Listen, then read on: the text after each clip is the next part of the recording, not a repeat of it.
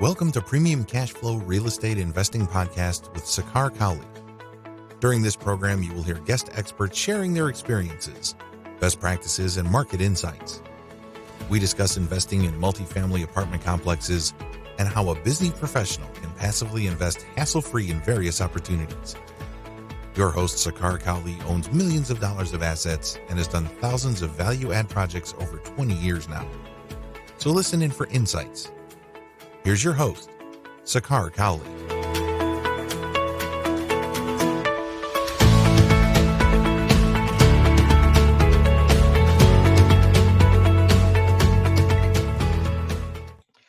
Welcome to another edition of Premium Cashflow Podcast.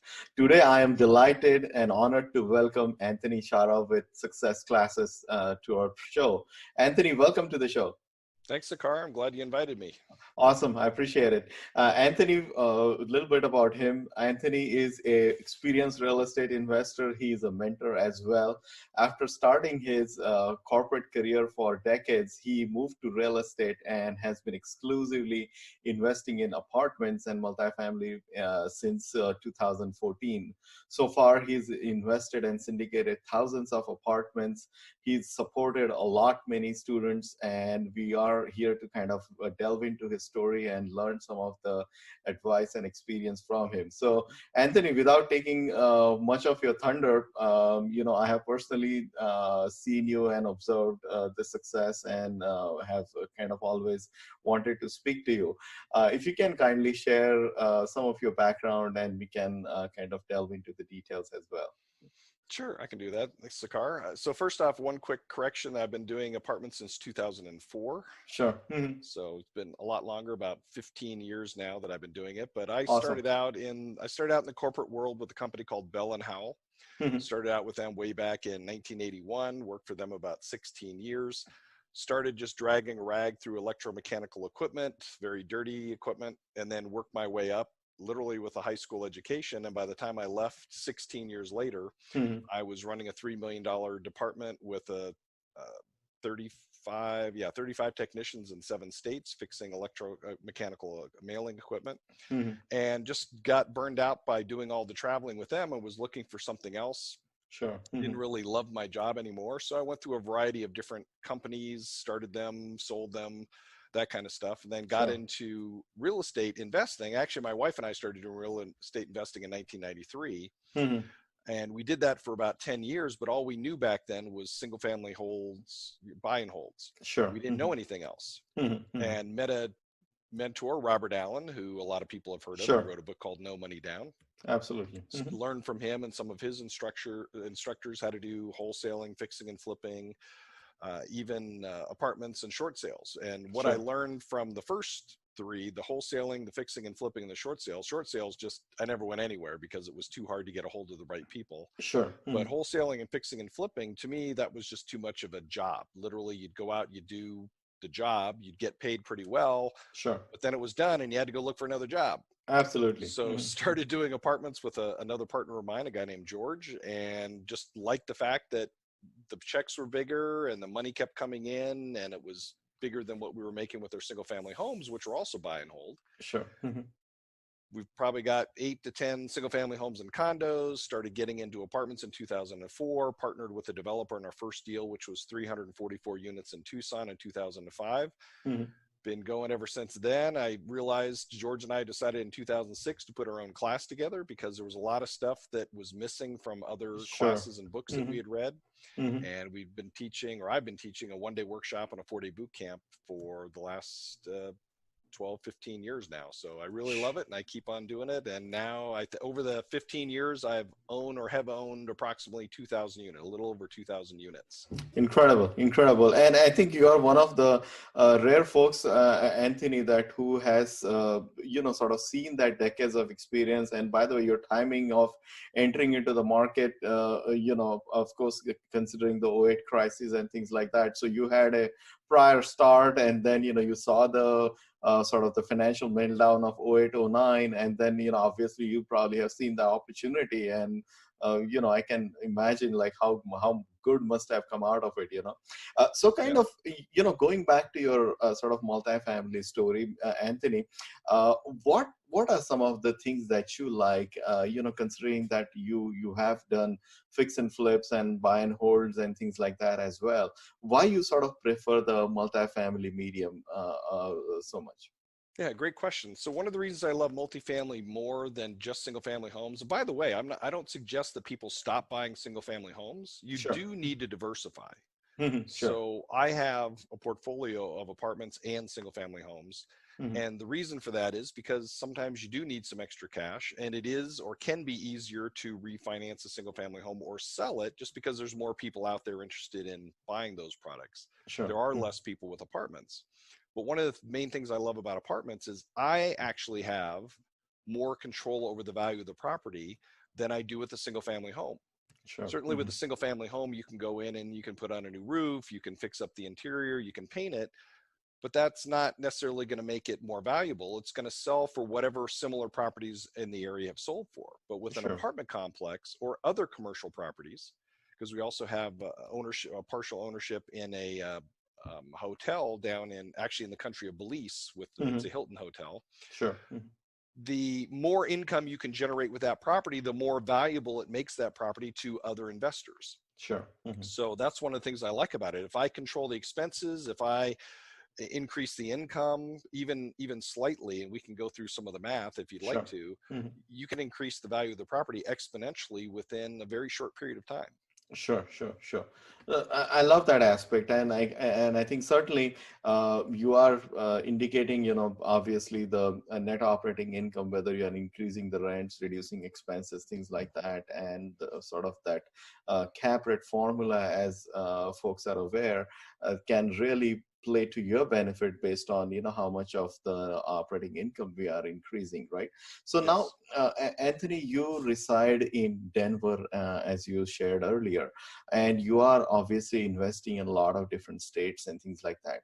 Can you maybe perhaps share, Anthony, that what goes into sort of evaluating, you know, different markets, and then sort of going a step further, evaluating those sort of close pockets, as we call submarkets, within those? Sure. So certainly one of the things that I tell my students is the first thing I look at is you can look in your own backyard, absolutely, because it's nice and close and easy for you. But sometimes, like with me, I couldn't find any properties that worked for me in Denver, and now prices have just gone through the roof and they're even worse shape. So I'm going to wait for the market to settle down and maybe come back a little bit, pull back a little bit Sure. before I start looking in Denver again. But through a variety of sources, I will find deals in other states. Sometimes, or most of the time, it's through brokers because I create relationships with brokers in those markets. Sure. And then what they do is they bring deals to me that I can evaluate. And so what I do is I'll tell my students, you know, find a market you want to invest in first. Don't worry about finding a deal. Find the market and analyze the market first. Sure. And that could be a market where you want to travel to. Like me, I've got a lot of properties down in the South in Florida, Arizona, and Texas. And one of the reasons for that is I want to be able to get out of Denver in December, January, and February and Sure. go someplace and warm up so I don't have to wait for spring to show up. Sure. I can get out of town and take a business trip. Sure. So I start with a place that I want to go to. And for you or anybody listening, it could be a place where you want to visit. Maybe you like to visit. Maybe you have relatives there. Sure. And as long as if you do have relatives, and as long as you follow the IRS guidelines and you can talk to your CPA about what you need to do, a lot of that, if not all of it, could potentially be written off as a business trip. I see. And so that's one of the things that I look for. Then once I find a market or a particular property within a market, I start looking around and checking out some of the things in that particular area. I want to see what the median household income is in that particular area.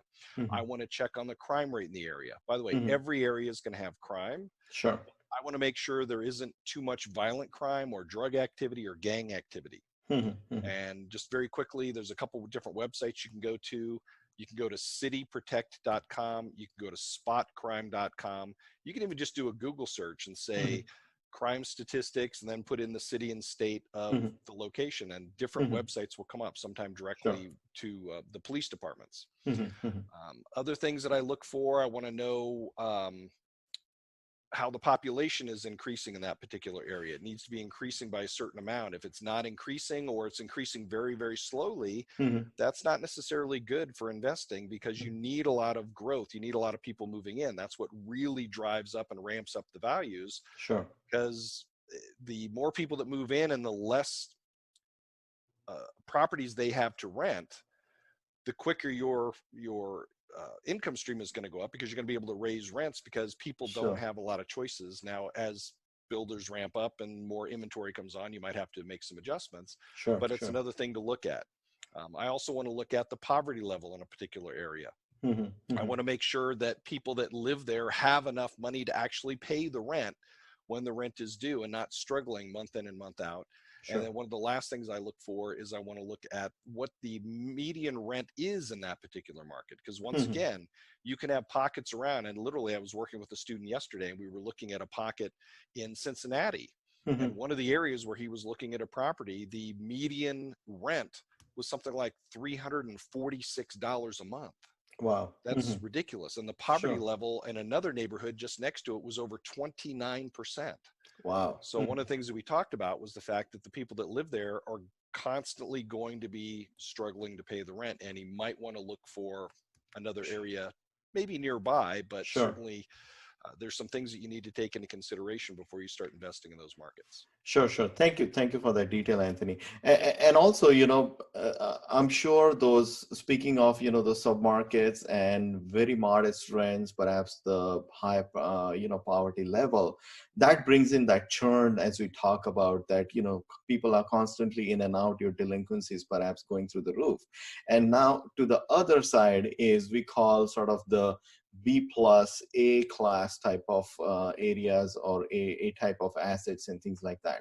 And the question comes, Anthony, is that how do we sort of protect ourselves from sort of overpaying perhaps, or trying to get into B class or B plus assets, I should say. Some of them are very pricey, right? So where I'm going with that, Anthony, is that how can someone sort of underwrite some of these deals properly, so that they are not overpaying on one hand, and at the same time, just sort of making sure that the investor returns are met, and, like the property will perform as you think it will. Can you maybe perhaps share some of your thoughts on that? Sure. Well, how much time do we have? There's a lot that goes into the question that you asked. Sure. So it's one thing certainly is the purchase price, and I'll have students that'll come to me and they'll say, well, I found this deal, but it's $150,000 per unit. Wow, that's really high. And it's like, it's all relative. Sure. It's not about whether it's $50,000 per unit or $150,000 per unit. The bottom line is, what kind of overall returns do you get? Sure. And if you can spend $100,000 per unit and get a better quality neighborhood and a better quality resident than buying twice as many units for $50,000, but still get the same returns, wouldn't you be interested in that? Sure. Because chances are, with the lower price points on the units, you're going to have lower quality residents. Not that there's anything wrong with that. As long as they pay the rent, that's the important part. Right. But sometimes in the lower end neighborhoods, you have people, like we talked about earlier, that are constantly struggling to pay their rent. Sure. Which means it's a constant battle. Your property manager's always trying to chase people down, or you have people that move out in the middle of the night, and then they're filling up the units, and you have a lot more turnover. So it's not really about the price point or overpaying. Well, it is about overpaying, is if you're not getting the numbers and the returns that you need. Sure. So certainly some of the key things you want to look at is, for me, the absolute minimum I want to get on a property, and this is the minimum, this is just, and I talk about in my classes, there are 7 steps to buying a property. This is just one metric that I look at to go from looking at a property to actually putting in an offer. It still doesn't mean I'm going to buy it. Sure. But in order to go from step A to step B to even consider putting in an offer, I want to make sure that on my initial underwriting, that I want at least $1,000 per unit per year in cash flow. Okay, $1,000 per unit per year. So annual cash flow per unit should be like 1,000 minimum, you're saying? Correct. Now that doesn't mean I'm going to buy it. Certainly in some lower end properties, $1,000 is plenty. But in a higher end property, if it's $100,000 to $150,000 per unit, $1,000 per unit per year may not be enough. Sure, And sure. keep in mind, cash flow is after we've paid all of our debt payment, our taxes, insurance, management, maintenance, utilities, even putting aside reserves. That's after all of those things. This is I money see. that we're setting aside for me This and is my the partners. net cash flow you're saying. Correct. So this is all profit, right? This is Sure. all profit. Mhm.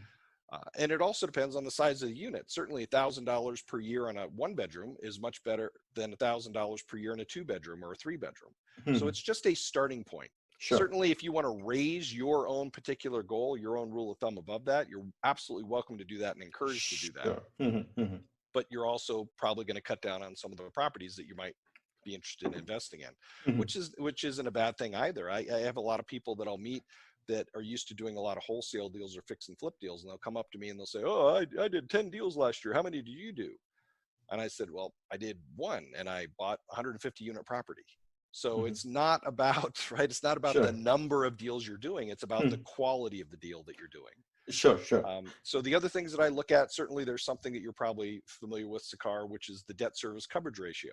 Sure. Mhm. That's a number that your lender wants to see, and it Mhm. usually needs to be at least 1.25. That means that you have enough income coming in Mhm. to pay your debt service. Mhm. Plus, if it's 1.25, that 25, the 0.25 means that you have 25% more than what you're paying the lender Sure. in the form of cash flow or profit after the fact. Sure, sure. So the higher you can get your debt service coverage ratio, 1.25 or even higher than that, the better it is. Sure. And then, of course, the last thing, the main thing I want to look at, well, actually not the main thing. There's actually a couple other things, but one is the cash on cash return. How hard is my money working for me? Mhm. Mhm. The higher my cash on cash return for me and my investors, Mhm. the harder our money's working, which means we're putting in less money and making greater returns. Sure, sure. And there are other factors too. And as I mentioned, it depends on how much time you have, Sure, because sure. it's not just about those things. We look at, do we have the possibility of raising the rent? Do we have the possibility of lowering or controlling the expenses? Sure. Mhm. Some of those things you have to know before you buy the property, Mhm. because if you bought it as is, hoping to raise the rent or hoping to lower the expenses, you might be very disappointed, and your investors might also be very disappointed in the Sure. overall returns of the property. Sure, sure. Thank you. Thank you for sharing that. And also then, Anthony, speaking of concrete, like sort of the criteria, for example, what size or what vintage of properties you look for, and perhaps you were mentioning the some of the sort of the parameters of returns, like cash on cash or internal rate of return and things like that. What are some of the things you kind of specifically target and the returns you look for? So one of the things that I tell people is I will not tell you what I look for cash on cash return. Mhm. And the reason I do that, because I used to do that years and years ago. And then what I found were that students would only go out and look for deals that satisfied me. And that's not what you should be doing. Sure. You know, I think it's because a lot of people look at me and they think, well, because you're teaching these classes, you must have the magic formula.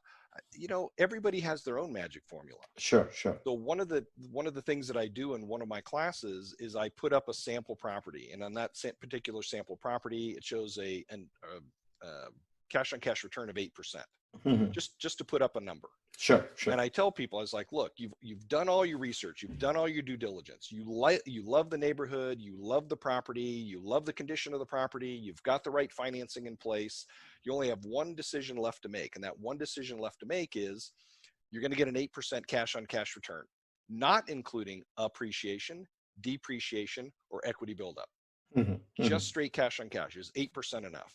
Sure. And literally, I'll have anywhere from 50 to 90% of the hands in the room go up saying, yep, 8% is great. Mhm. Mhm. Well, if I turn that around, and before I did that exercise said that I'm looking for, and I'm just throwing this out there, this is Sure. not necessarily not my target, but if I threw it out and said I was looking for a 9% cash on cash return, how many of you would be interested in this deal? Right? Nobody's going to raise their hand, because now it's like, oh, well, you just said you're looking for 9, so that must be the right answer. So now I no longer want 8. Mhm. Mhm. It's all personal information. It's personal return. It's based on what you personally need. And if you've got money sitting, you've got $100, $200, $300,000 sitting in a bank making 0.1, 0.2, 0.3% interest, Mhm. Mhm. and you can pull that out and make 8 plus appreciation plus depreciation plus equity buildup, Mhm. you can end up with IRRs in the high teens, even low 20s Sure, on your sure, properties. sure. So very long answer to your question. I won't tell you what I'm looking for returns. No, I got the gist that it's all based on personal tolerance, what perhaps the market is, what sort of your risk appetite is as well. And I get the gist of what you're saying there, Anthony. And also, Anthony, speaking of, like, let's say the underwriting principles and things like that, what are some of the sort of the high level things you advise students, like whether it is expense ratios or, like we could go on and on as far as the roofs, the boilers, chillers, any deferred landscaping or deferred exterior maintenance, things like that. What are some of sort of the telltale signs or red flags sometimes you kind of share with folks that we should look for? So great question. So you definitely need to do a proper inspection of the property. And one of the things that I do is I walk the property myself, because I've been doing it for, I don't know, since 93. So what is that? 27 years, I think. So I've been looking at a lot of apartment buildings, a lot of single family homes, a lot of condos. So I'm very comfortable walking through a property and looking at things. Sure. Doesn't mean occasionally I still miss something, but I'm pretty good at doing it. But then if I do notice something that doesn't look right, I will have an expert or a couple of experts come in and check it out. Sure. As an example, you're talking about boilers. Of course, boilers heat up the hot water that go through the units that heat the units in the wintertime. We had a couple that were leaking. Well, I actually learned this from an inspector on that inspection. It was 2 different buildings, 2 different boilers, and both of them had leaks. Well, we looked in one and he showed us, he said, well, see this leak here?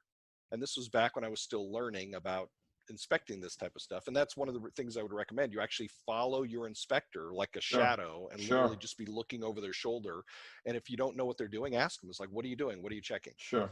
Well, what he showed us was that one of the boilers was leaking. He said, this leak here is probably not a big deal because of where the leak is coming from. It was coming from one of the connections. And then we looked at the next one and he couldn't actually tell where the leak was coming from, but he was concerned that it was coming from the tank itself. Sure. So the first one, he said, you probably just have to have tightened up, but this one, you need to actually get a boiler inspector in here because chances are it could become a major problem.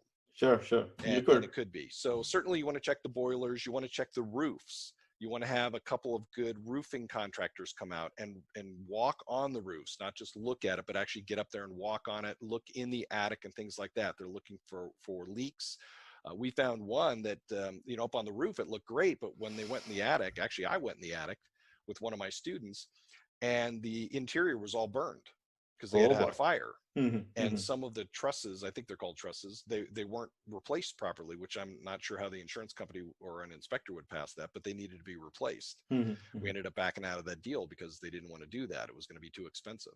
The other big things you want to look at are things like the parking lot and even the drainage of how the water on the property drains off the property so that it's not going into the buildings, it's going away from the buildings.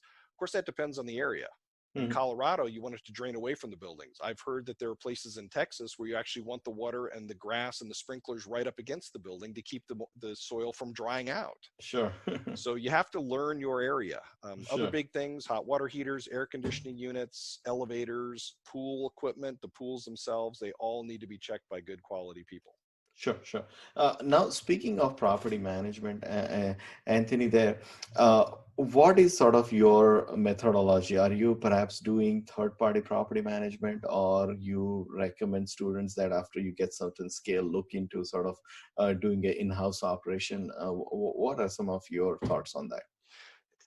It covers the gamut here. Oh, very quickly, I know one of the earlier questions you asked as far as what I target. So right now I'm targeting as far as size of buildings. Me personally, I'm looking at 100 units and up because I'm at that position now where it's a lot easier, more comfortable to do 100 units and up simply because you can have your own on-site management right there on the property.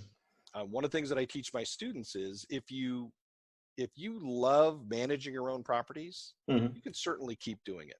Sure. But I do recommend third-party management. And I know some students, when I talk to them and say, you should have third-party management, they'll say, oh, I can't find a good management company. I won't make enough money, blah, blah, blah. I've heard all the excuses. Number one, if your thought process is, if you have a third-party management company, you won't make enough money, you're buying the wrong property. Because if you're analyzing and underwriting your apartment buildings correctly, management is already built into the numbers. Mhm. So even if you do love managing your own properties Mhm.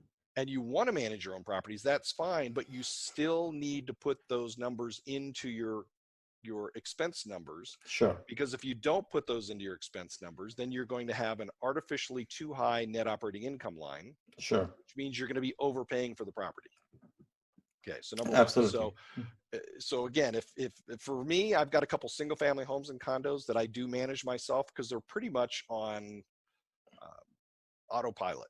I mean, Sure. literally, I'll send out a lease, I'll get a signed lease back from the existing resident with 12 checks already in the envelope Wow. for the entire year. So Mhm. all I literally have to do is go to the bank or on my phone at the first of every month and deposit them. Sure. With all of my apartments, I have third-party management in place. Mhm. Most of the time, we have the same exact manager from the day we buy it until the day we sell it. I see. Mhm. Occasionally, we have managers that don't do what they say they're going to do. They either don't put enough people into the property Mhm. and don't raise the rent on a regular basis, Mhm. or the opposite is they spend like crazy. Mhm. Mhm. They think that they have to put in all these high-end upgrades in an area that doesn't support those upgrades. And it doesn't matter if you put in granite countertops or stainless steel appliances, people can only pay a certain amount. Sure. Sure. So they have to be cost effective. Sure. So we've had two properties where we've gone through three managers over Mhm. over a 5-year period because they didn't get it. And Mhm. so we try and teach them that this is not their property. This is our property and our business, and our investors are expecting certain returns. Sure. And as long as what we're asking them to do is legal and ethical, Mhm. they need to do it. And if they don't do it, then we fire them when we bring in somebody new. Sure, sure. Now, speaking of property managers and sort of, doing the oversight over them, Anthony, can you maybe kind of share some of the sort of the regular checkpoints or reporting that happens? Like, what are you seeing in that? I mean, there are a lot of soft skills as well, as far as, what the culture is, how they address sort of the existing residents and things like that. Can you share some of those sort of KPIs or that culture points, and that kind of leads into whether they are performing properly or not, or perhaps it's time to change? How can someone identify some of those red flags? Absolutely. So the biggest thing is when we're interviewing a new property management company, one of the first things that we'll ask them is, how long will it take them to develop a budget for us on our property? Mhm, Because mhm. they're supposed to be the local experts. They're Sure. the ones that are supposed to know how much of the income on a percentage basis goes to paying property taxes, how much Mhm, on a percentage basis goes towards insurance, how mhm. much goes back in for maintenance and repairs, utilities. Once they get in there and they start looking at the property, they should be able to give us that information and help us create a budget for the property. Mhm, mhm. I literally had one guy, one manager. Matter of fact, this was the manager number 2 on one of our properties that we had 3 of them on. Mhm. And I was with the student on a conference call, and I said, "Help us create a budget." And he literally, I could hear him laughing on the phone. He just kind of went, "Budget? But no, you own the property. We just tell you how much you need to give us. You give it to us, and we take care of the property. There's no Mhm. budget." Mhm. It's Mhm. like, this is a business. Right. I don't know any Fortune 500 company out there that doesn't operate on a budget. Sure. And he was not willing to do it. We hung up the phone. I called the student right back and I said, "Start looking for a new one. You got 30 days to replace this guy." Sure. Mhm. So that's one of the biggest things. They should be able to give you a budget. Now, Sure. realistically, they may not be able to give it to you before they take over because they may not have access to some of that information. And, Sure. and Sure. each property is a little bit different Sure. depending on who is paying the utilities. Is it the renters that are paying the utilities, or is it the owner that's paying Sure. utilities? And the condition of the property, and so on and so forth. But Sure. Sure. generally, within 60 to 90 days of them taking over, they better be giving me a budget, or we're looking for somebody new. So Sure. that's the big one. They have to be able to give you a budget. Mhm. Mhm. Some of the other things I look for is I don't really get into the dress code and things like that because Mhm. we're hiring a third party management company. They're Sure. hiring the manager and putting them on site. Mhm. I'm going to assume, at least at the beginning, that their company policy is going to tell that manager how they Sure. need to dress. They need to dress Sure. professionally. They don't have to dress in a suit and tie or a Sure. dress, but they at least have to be nicely dressed. Sure. They may or may not wear a shirt that identifies the main property management company. I don't care as long as they don't come in holy jeans and a t-shirt or something like that, and they look like one of the residents. You want them to obviously dress better than that. For us, dress has never been an issue. We want to make sure there are controls in place so that the manager on site knows they are never allowed to accept cash for a rental payment. And they know that if they ever do accept cash without approval from their boss, it's immediate termination. Because it's too easy for them to get sticky fingers. And we've had a couple instances like that where the managers have accepted cash, got sticky fingers, and we were missing money and they were immediately fired. And one person we actually turned over to the police because it was theft. They had unfortunately the manager went in to do, I think it was about 2 months, about every 2 months she would go in and do an audit, and found out that this person had actually systematically skimmed something like $14,000 or $15,000 from residents and from the rents that were coming in. And so we turned over to the police and she ended up going to jail for theft. So we're not talking about $20 here or $100 there. We're talking about a pretty significant amount of money. That only happened once in 15 years. So we do a pretty good job of checking those things. Let's see what else. Other things we look for in a manager. Again, we want to know how connected they are to the community. How open are they to suggestions? Matter of fact, one of the things we've tried to implement with a couple of our properties is something called payday leases. Sakar, have you ever heard of a payday lease? No, actually, no. I mean, I heard of payday for a lot of other things, but not payday leases. Yeah, so a payday lease is where some residents, especially in C-class properties, nobody ever taught them how to handle money. Sure. As a matter of fact, there's a gentleman out there his name is T. Harv Eckert, and he teaches a thing called the Millionaire Mind. Millionaire Mind Intensive. And he goes through a section in his book and in his workshop where he asks you to think about what you remember your parents and other people around you when you were a little kid. What did they tell you about money? And of course, all the things come up. Money doesn't grow on trees. Money's the root of all evil, all the bad things. Of course, some people are like, yeah, invest to make money, work hard to make money, those types of things. Well, the biggest one, of course, is the money's the root of all evil, because literally there are people out there, their mindset is, I was taught that money is the root of all evil. Therefore, if I have money, I must be evil. So I have to get rid of all my money. So as soon as they get a paycheck and they cash the paycheck and they've got 100, 200, 300, 500 bucks in their pocket, what are they doing? They're immediately, they're going out and they're spending it because they need to get rid of it so they're not evil. And they're not taught to save that money to pay the rent at the beginning of the month. Sure. So what we did is we learned a technique called payday leases, where you redo your lease. So your resident, instead of paying once a month, they pay every time they get paid.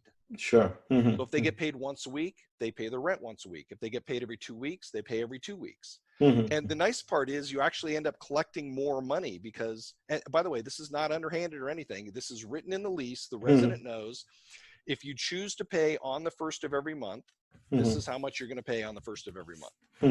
If you choose to pay once a week or every 2 weeks, depending on what you get paid, it's going to be a little bit more. And by the time that little bit more adds up over the course of a 12-month period, they actually pay 13 months of rent.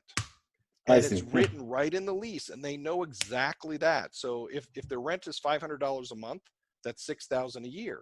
But if they pay every 2 weeks, they're going to pay $6,500 in rent. And a lot of people would say, well, wait a second, if these people are already struggling with money, aren't you taking more advantage of them? And to me, I would say no, because look how much money they're saving in their late fees. Sure. They're actually saving money by paying every 2 weeks as opposed to paying late every single month, because they weren't taught to save their money so that they had enough money at the beginning of the month to pay the rent. Sure. So it's kind of hopefully a good little side tangent, but you were asking, what do we look for? Well, some of our managers will go to them and we'll ask them to implement this program, and immediately they'll just say, no, it won't work. We won't do that. It's like, have you ever done this before? No, because it won't work. Our residents won't do that. Right. I actually had a manager who told me that.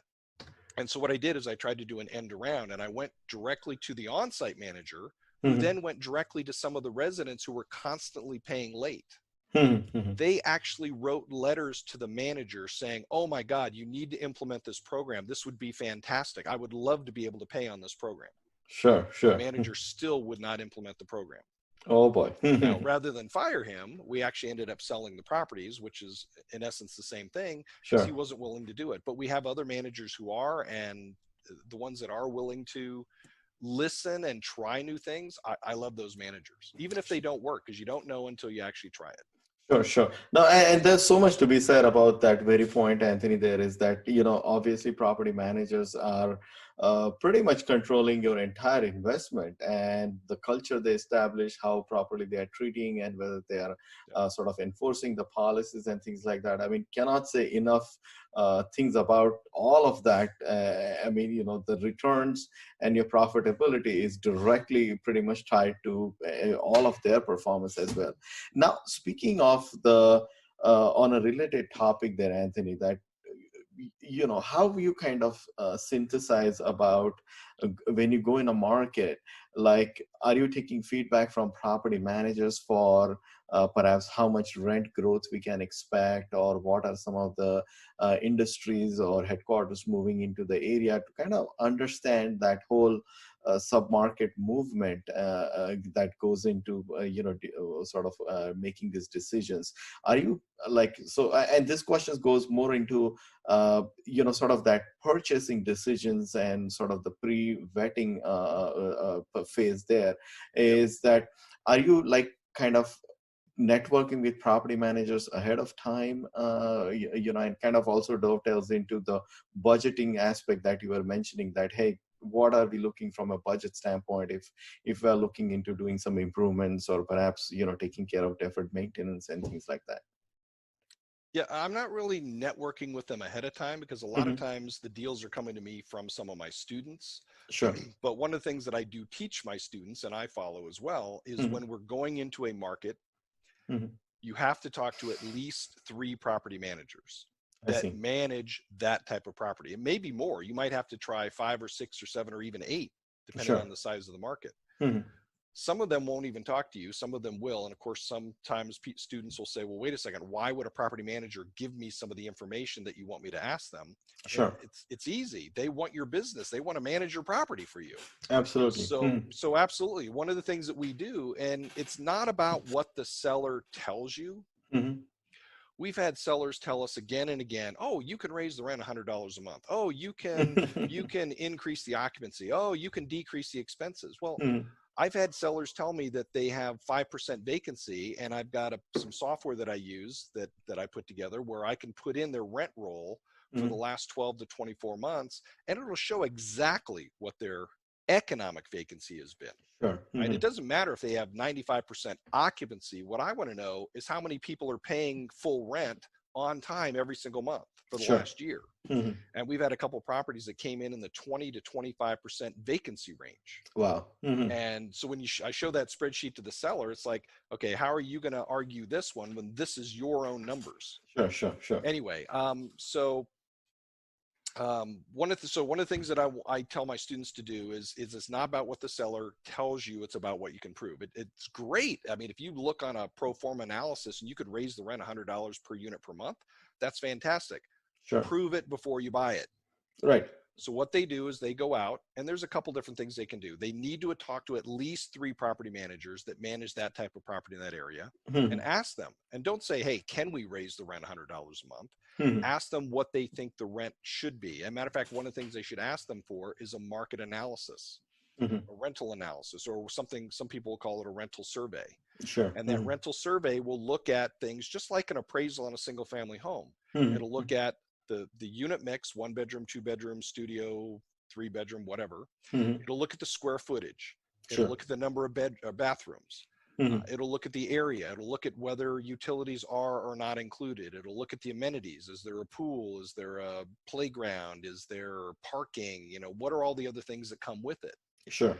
And then what they'll do, if they know what they're doing, is they'll give you a side-by-side comparison of all the competitive properties and what they truly think you should be able to get for rent.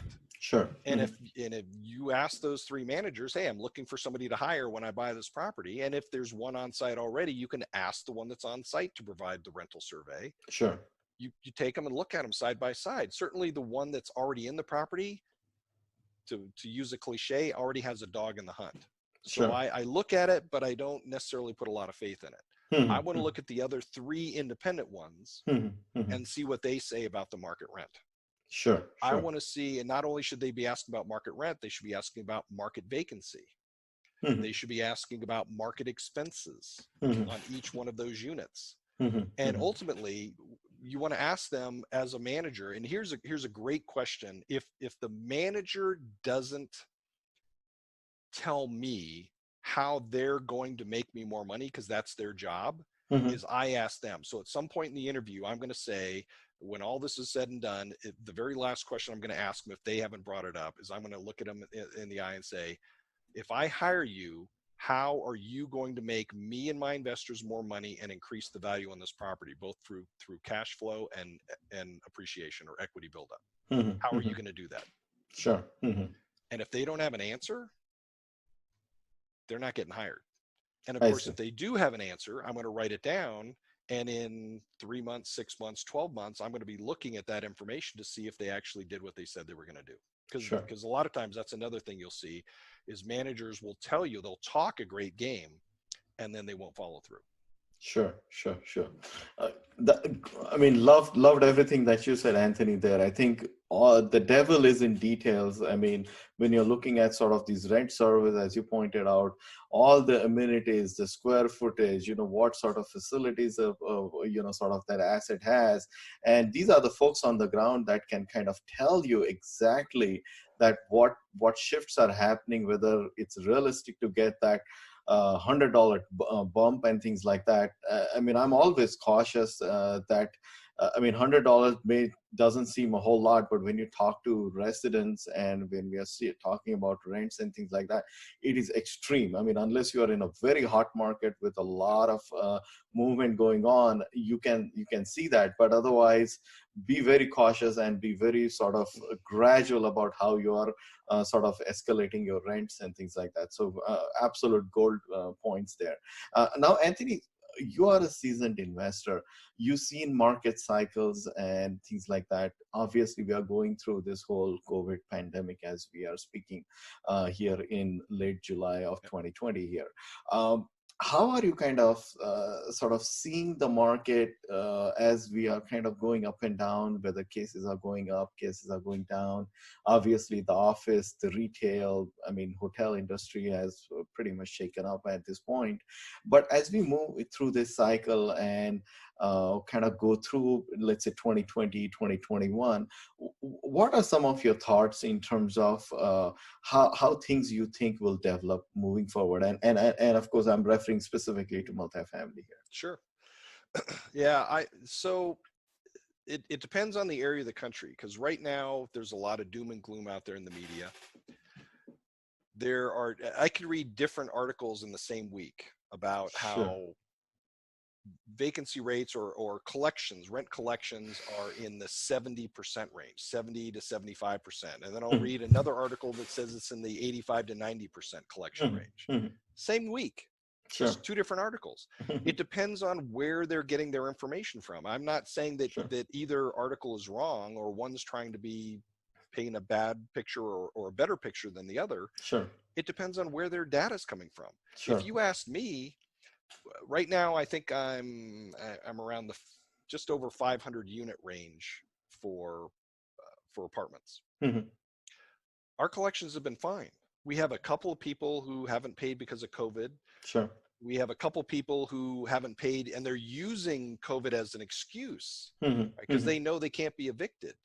Well, overall, though, we're still in roughly the mid 95% collection range. So maybe 92 to 95%. So we're doing great. But again, to get that average of 75% collections, well, if we're at 93%, obviously there's somebody out there that is in the 70% range.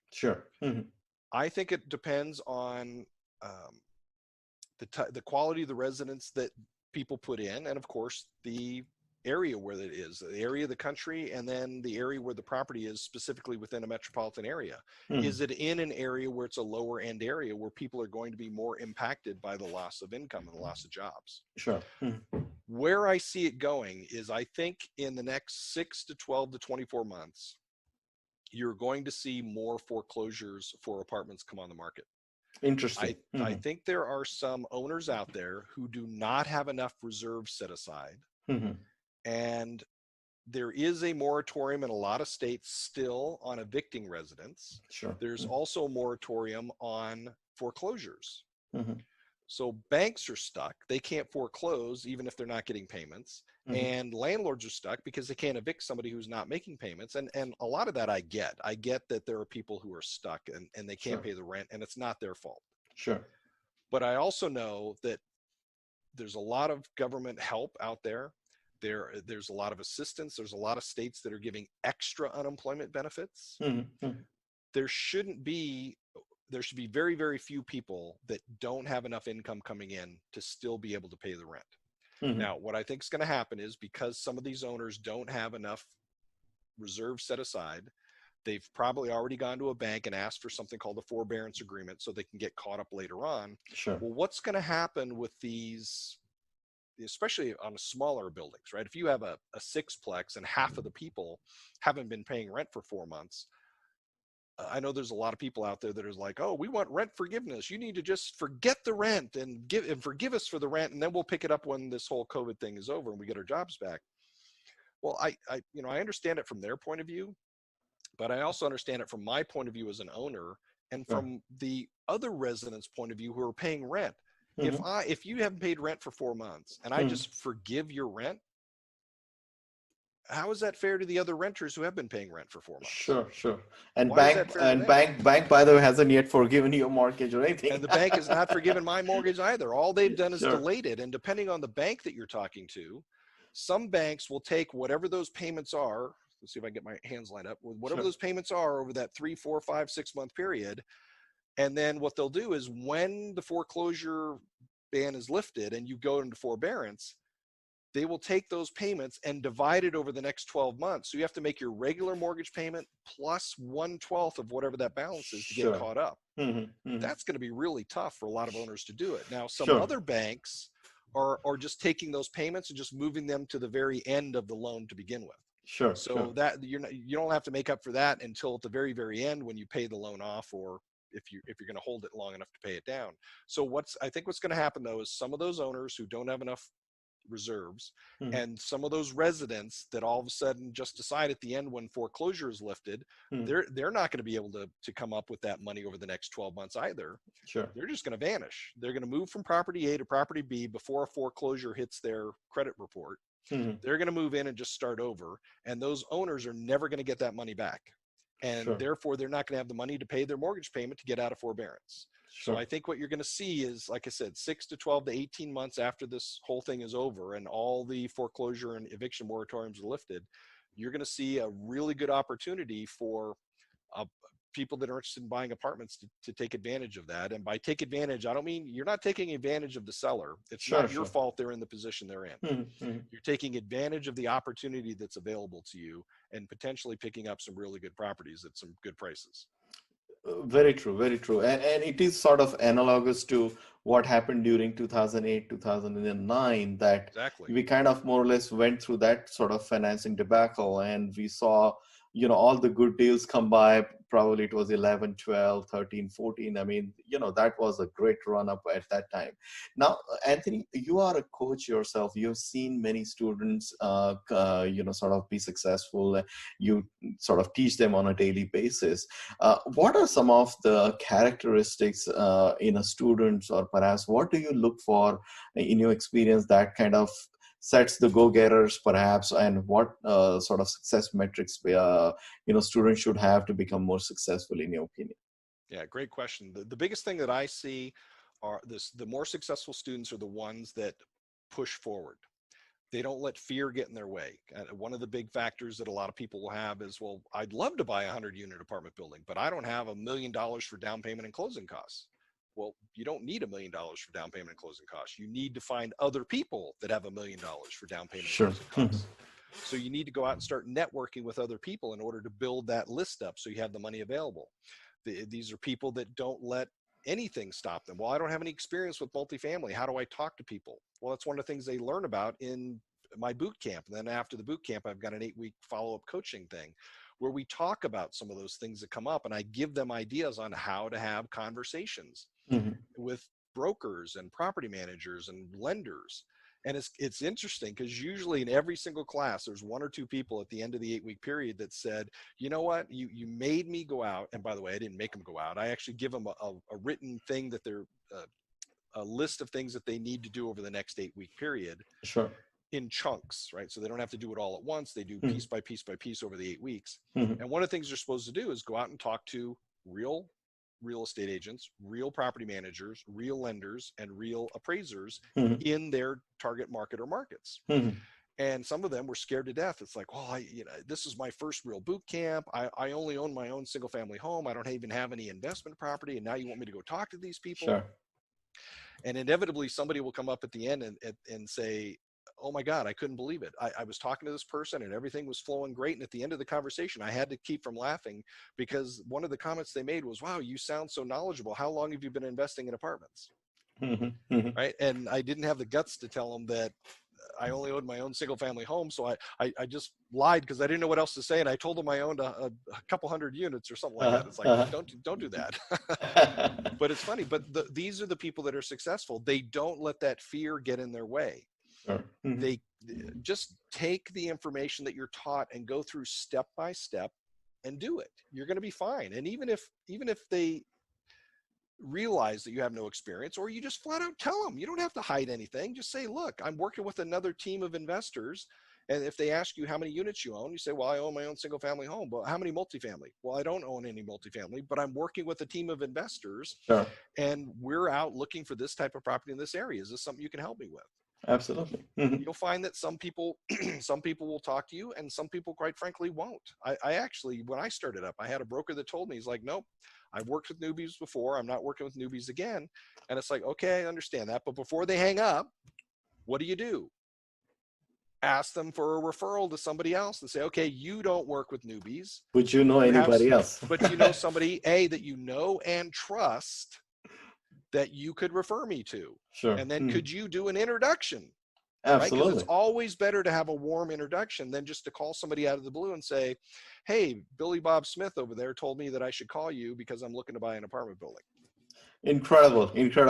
Love that piece of advice. And for viewers and listeners, I want to underline that phase where Anthony said that, could you make that introduction? I think that incredibly gives you that leg up. And I mean, I can personally share with our viewers that I have been connected to many higher ups where someone else introduced me to them that, hey, I just interviewed him on my podcast. Could you perhaps be a guest on his podcast? And I have gone up to many big wigs as well. And same thing you can say to whether it is, high profile brokers, whether it is, some of the inspectors and things like that. This in general is a relationship game, and how you can navigate to get to people that you need. The best place to start is, as you indicated, Anthony, is that know the people who are doing it, ask for referrals, and kind of, work your way up by, doing your own due diligence there. So thank you, Anthony. Absolutely. I appreciate all your advice. Thank you for your time today. Kindly share with our listeners how they can find you and learn more about your company. Absolutely. You can learn about me and more about me at successclasses.com, successclasses.com, or you can email me, anthony@successclasses.com. Very simple and very succinct. Thank you for coming on. It's been a pleasure, Anthony. I think the more people can reach out to you and learn from you, they are always, in sort of in good state. So thank you. I appreciate your time today. Yep. You're welcome, Sakar. Thank you so much. It was very fun, and I appreciate it. Thank you. Thanks for listening to Premium Cashflow Real Estate Investing Podcast. Please join us at premiumcashflow.com to sign up for weekly updates, research articles, and more. We will see you again for another great interview with an expert guest.